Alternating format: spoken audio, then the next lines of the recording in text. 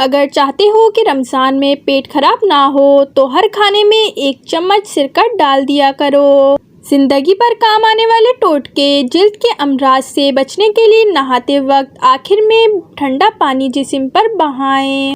دل کے مریضوں کو گھی کے بجائے کوکنگ آئل استعمال کرنا چاہیے اور گھی سے پرہیز کرنا چاہیے۔ کھانا کھانے کے بعد آدھی چمچی سونف کھانے سے آنکھوں کی روشنی بڑھتی ہے۔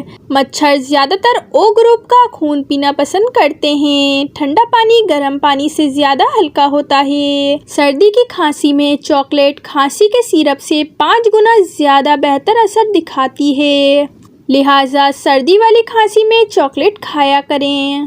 15 منٹ ہنسنا جسم کے لیے انتہائی فائدہ مند ہے جتنا 2 گھنٹے سونا۔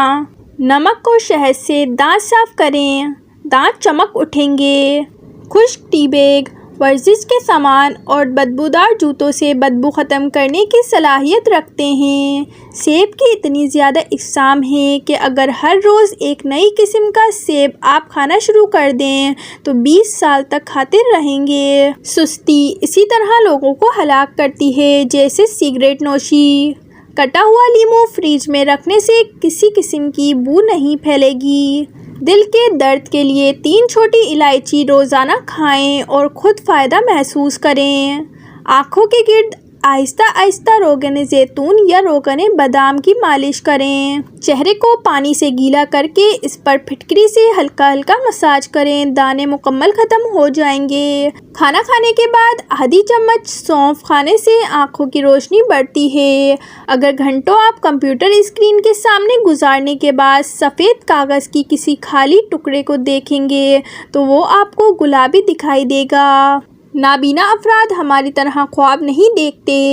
نامولود بچے میں صرف 1 کپ خون پیدا ہوتا ہے۔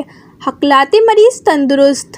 ہکلاہٹ اور توتلا پن کے مریض اگر سورۃ الرحمن کو زعفران یا کسی گھلنے والی سیاہی سے لکھ کر پانی میں گھول کر پئیں تو ہکلاہٹ اور توتلے پن کی شکایت دور ہو جاتی ہے۔ اگر کسی کپڑے پر نیل پالش کا داغ لگ جائے تو اسے پہلے نیل پالش ریموور سے مٹائیں، اسی جگہ پر میٹھا سوڈا ڈال کر تھوڑی دیر رکھ دیں، پھر صاف پانی سے دھو لیں۔ ناظرین، ویڈیو پسند آئی ہو تو لائک کر دیں اور مزید ویڈیوز دیکھنے کے لیے چینل کو سبسکرائب کر دیں۔